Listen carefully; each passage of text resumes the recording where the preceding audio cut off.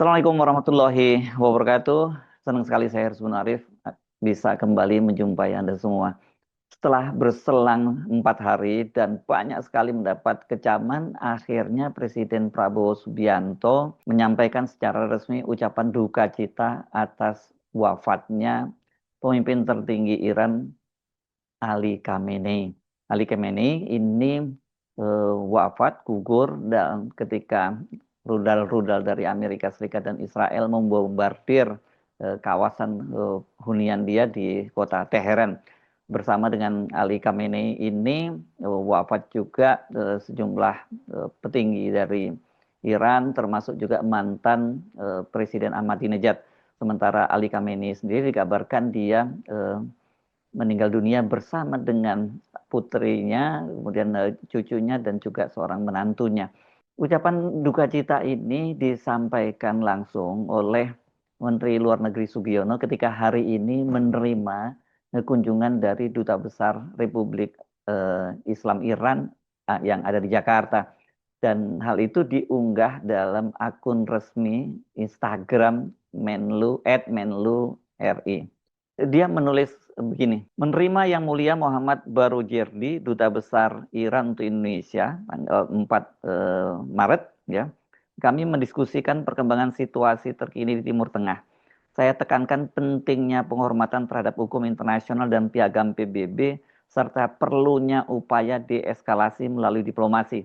Saya juga menyerahkan surat dari Presiden Prabowo kepada Presiden Mas'ud Pezeshkian yang menyampaikan duka cita mendalam atas wafatnya Yang Mulia Ayatullah Ali Khamenei, pemimpin tertinggi Iran. Saya membaca komentar-komentarnya walaupun tidak banyak, tapi ini sebenarnya mencerminkan sikap dari rakyat Indonesia, ya, karena mereka mempertanyakan kok hanya mengucapkan duka cita tapi tidak ada kutukan terhadap serangan yang dilakukan oleh Amerika Serikat dan Israel. Misalnya saja ini Indi Albari. Dia menulis begini, mana nih yang katanya bebas aktif, nggak berani mengutuk tindakan AS dan Israel. Kemudian ada Izzuddin Hamasah. Mana ucapan resmi bela sungkawanya? Kemudian ada Rosi underscore bilang, maaf ya Pak, saya unfollow dulu. Lagi sebel soalnya diikutkan ke Board of Wars. Izin. Kemudian ada juga RW underscore Hosino 2005. Indonesia berdiri bersama Republik Islam Iran. Dan ada juga dari Idam Syam, double M ini ya. Sampai sekarang tidak ada statement kecaman ke Amerika Serikat, Israel. Parah banget nih negara. Nah ini dikasih bintang nih, ini masih maksudnya ya kita tahu lah ya, kemudian sambil mencolek Menlu RI dan @Prabowo. Soal ucapan duka cita dan kemudian diikuti kecaman ini memang bolehlah dibilang sangat terlambat. Kalau tuh sekarang ini pemerintah Indonesia mengucapkan atau Presiden Prabowo mengucapkan duka cita, ya, tapi karena tanpa disertai dengan kecaman ini makanya banyak sekali mengundang kemarahan dari publik. Dan seperti saya bahas sebelumnya, ini malah didului oleh Presiden Republik Indonesia kelima, yakni Megawati Soekarno Putri, yang secara resmi mengirim ucapan duka cita pada hari Selasa kemarin yang diantarkan oleh Sekjen PDIP Hasto Kristianto dan Ketua Bidang Luar Negeri, Ketua DPP Bidang Luar Negeri Ahmad Basyarah. Dan Ibu Megawati itu menulis surat duka citanya itu secara personal dan dia mengenang bagaimana pertemuan dengan Ali Khamenei pada tahun 2004 lalu ketika dia melakukan kunjungan ke Teheran menghadiri pertemuan negara-negara D8. Dia pada waktu itu sungguh merasa tersanjung karena Ali Khamenei ini menyatakan bahwa dia sangat terinspirasi oleh perjuangan yang dilakukan oleh ayah dari Ibu Megawati, yakni Presiden pertama Republik Indonesia Soekarno, yang ingin menyatukan perlawanan dari negara-negara yang tertindas dan juga negara dunia ketiga, dan yang kemudian yang itu diwujudkan dalam Dasasila Bandung ini yang dikenal dengan Konferensi Asia Afrika. Nah, memang ini soal sikap dari Presiden Prabowo Subianto ini setidaknya, bukan saya ingin mencoba memahami ya, tapi kalau kita letakkan dalam konteksnya memang serba salah ya Presiden Prabowo. Kenapa? Karena Indonesia ini kan bergabung dalam BOP, Board of Peace, yang diprakarsai oleh Presiden Amerika Serikat Donald Trump. Dan yang sejak awal kan soal keberadaan atau keikutsertaan Indonesia dalam BOP ini mendapat penentangan yang sangat luas di dalam negeri, apalagi kemudian pada waktu itu dilanjutkan dengan penandatanganan perjanjian ART atau Agreement Reciprocal on Trade yang dinilai banyak merugikan. Ini perjanjian antara Amerika dengan Indonesia dinilai banyak merugikan. Tekanan terhadap pemerintah itu makin keras ketika akhirnya Israel bersama dengan Amerika itu melakukan serangan udara ke Teheran. Ini pada tanggal 28 Februari lalu yang kemudian mengakibatkan gugurnya pemimpin tertinggi Iran Ayatollah Ali Khamenei. Nah, dalam hal ini tentu saja pasti posisinya Presiden Prabowo ini sangat berat ya. Di satu sisi ini di dalam negeri dia menghadapi tekanan yang sangat besar dari berbagai kalangan, terutama ormas-ormas keagamaan. Ini bukan hanya ormas Islam ya, tapi juga ormas keagamaan non-Muslim, misalnya PGI, Persekutuan Gereja Indonesia. Kalau dari ormas-ormas keagamaan Islam itu mulai dari MUI, kemudian juga Nahdlatul Ulama, Muhammadiyah, semua mengecam. Termasuk ormas-ormas Islam lainnya yang sangat panjang daftarnya. Dan selain itu juga dari kalangan para purnawirawan. Kalau purnawirawan ini para yang termasuk beberapa orang jenderal itu bukan hanya menolak BOP, tetapi mereka juga menolak pengiriman pasukan Indonesia ke Gaza. Kan rencananya Indonesia akan mengirim 8.000 pasukan, 8.000 personil.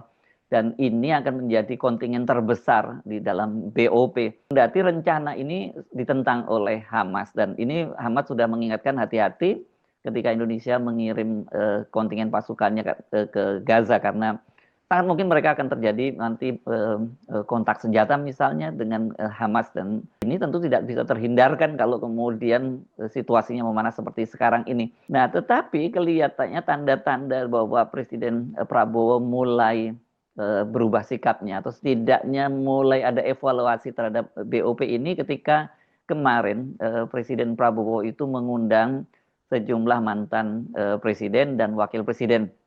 Hadir dalam pertemuan itu mantan Presiden SBY, Susilo Bambang Yudhoyono, kemudian mantan Presiden Joko Widodo, dan juga ada 3 orang mantan wakil presiden, Bari Yusuf Kalla, kemudian Budiono, dan juga Ma'ruf Amin.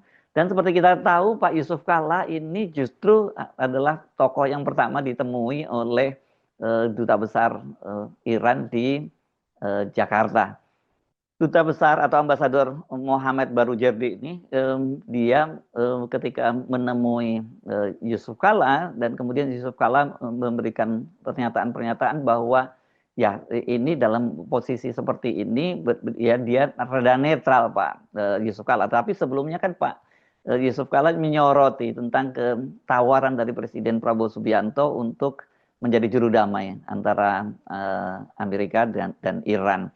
Pada waktu itu kan Pak Yusuf Kalla menyatakan bahwa ya tidak sepadan ini, tidak setara lah hubungan antara Indonesia dengan, kalau Indonesia memposisikan diri menjadi juru damai dengan Amerika dan Iran. Kita bisa menduga bahwa dalam pertemuan kemarin sangat mungkin Pak Yusuf Kalla menyampaikan masukan, dan ada juga sejumlah mantan Menteri Luar Negeri, misalnya ada Alwi Shihab, dan kemudian ada mantan Menteri Luar Negeri Nur Hasan Wirayuda. Nah, dalam pertemuan itu Nur Hasan Wirayuda menyatakan bahwa Presiden Prabowo Subianto itu disebut menimbang dan siap mengevaluasi keanggotaan Indonesia dalam Dewan Perdamaian atau Board of Peace yang diprakarsai oleh Donald Trump menyusul serangan Israel dan Amerika Serikat. Prabowo seperti dikatakan Hasan Wirayuda itu memberi briefing terhadap posisi Indonesia berkaitan dengan perkembangan terakhir. Dan kata Hasan Wirayuda, Presiden menyatakan memang harus dievaluasi. Kami membahas BOP, tapi juga dalam konteks perkembangan mutakhir, apakah dengan perang yang berkecamuk di Iran ini akan melemahkan, kemungkinan melemahkan posisi dan mandat BOP. Kita akan berhitung lagi di situ, kata Hasan Wirayuda menirukan Presiden Prabowo. Padahal kan BOP ini dibentuk untuk menciptakan dan membangun perdamaian di kawasan. Misinya ditujukan untuk melancarkan gencatan senjata, memudahkan akses bantuan kemanusiaan, serta melakukan rehabilitasi dan rekonstruksi di Gaza. Nah, kalau sekarang Presiden Prabowo itu secara resmi menyampaikan duka cita, apakah kemudian juga nanti akan diikuti dengan kecaman terhadap apa yang dilakukan oleh Israel dan Amerika Serikat, dan lebih drastis lagi akan diikuti penarikan keanggotaan Indonesia dari BOP. Ini situasinya memang sangat dilematis buat Presiden Prabowo, dan tampaknya Presiden Prabowo ini akan masih terus melakukan pertemuan-pertemuan, mendapatkan masukan dari sejumlah tokoh, karena besok ini tanggal 5 ya, hari Kamis 5 Maret itu direncanakan Presiden Prabowo akan bertemu dengan para ulama, disebutnya seperti itu.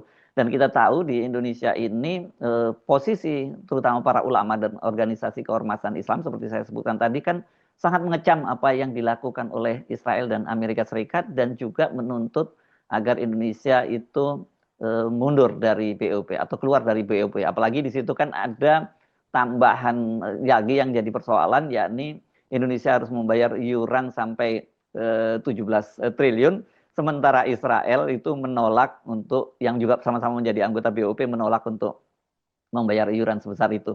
Jadi ini memang saya kira Presiden Prabowo harus menimbang lebih serius ini posisi Indonesia dalam konflik terbaru ini ya. Termasuk juga tentu keanggotaannya di BOP. Kenapa? Karena kelihatannya Presiden harus lebih banyak mendengar tekanan dari dalam. Apalagi situasinya ini kan tengah memburuk. Mantan Presiden SBY juga sudah mengingatkan bahwa dengan perang ini yang diperkirakan akan berlarut dan lebih panjang dari perkiraan. Kalau semula kan Trump memperkirakan hanya hitungan hari, tapi kemudian berubah menjadi hitungan pekan. Tapi banyak para pengamat yang memperkirakan ini akan berlanjut, dan kalau itu sampai berlanjut, dampaknya terutama ke Indonesia itu sangat berat. Kenapa? Karena sekarang ini dengan ditutupnya Selat Hormuz saja kan harga BBM di pasaran dunia sudah naik sangat tinggi. Sementara BBM kita di APBN dipatok hanya 70 dolar per barel. Kalau kemudian seperti diperkirakan oleh mantan Presiden SBY itu angkanya tembus sampai 100 dolar per barel, maka ini dampaknya terhadap APBN sangat serius.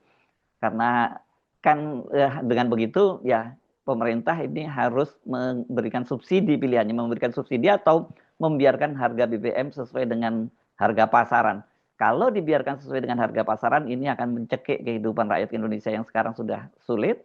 Sementara kalau memberikan subsidi, ini kan pemerintah harus merogoh kocek lebih dalam, dan apakah Indonesia punya kemampuan seperti itu? Kenapa? Karena kan sekarang ini saja karena program MBG itu kemudian kan dilakukan efisiensi dan banyak anggaran dialihkan ke situ. Itu satu hal soal APBN dari sisi kemungkinan subsidi karena harga minyak yang sangat tinggi. Tapi kalau kemudian ini berdampak terhadap nilai rupiah yang belakangan ini terus melemah terhadap dolar, ini juga tekanannya terhadap APBN juga akan semakin berat. Karena utang kita yang jumlahnya itu sampai lebih dari 10.000 triliun, bahkan kalau nggak salah tembus sudah 10.500 triliun, itu kan semuanya dalam bentuk dolar. Artinya kalau kita mesti membayar bunganya itu akan dalam bentuk dolar, dan juga kalau cicilannya dalam bentuk dolar, dan ya dipastikan karena nilai rupiah melemah, ya itu akan sangat menekan APBN.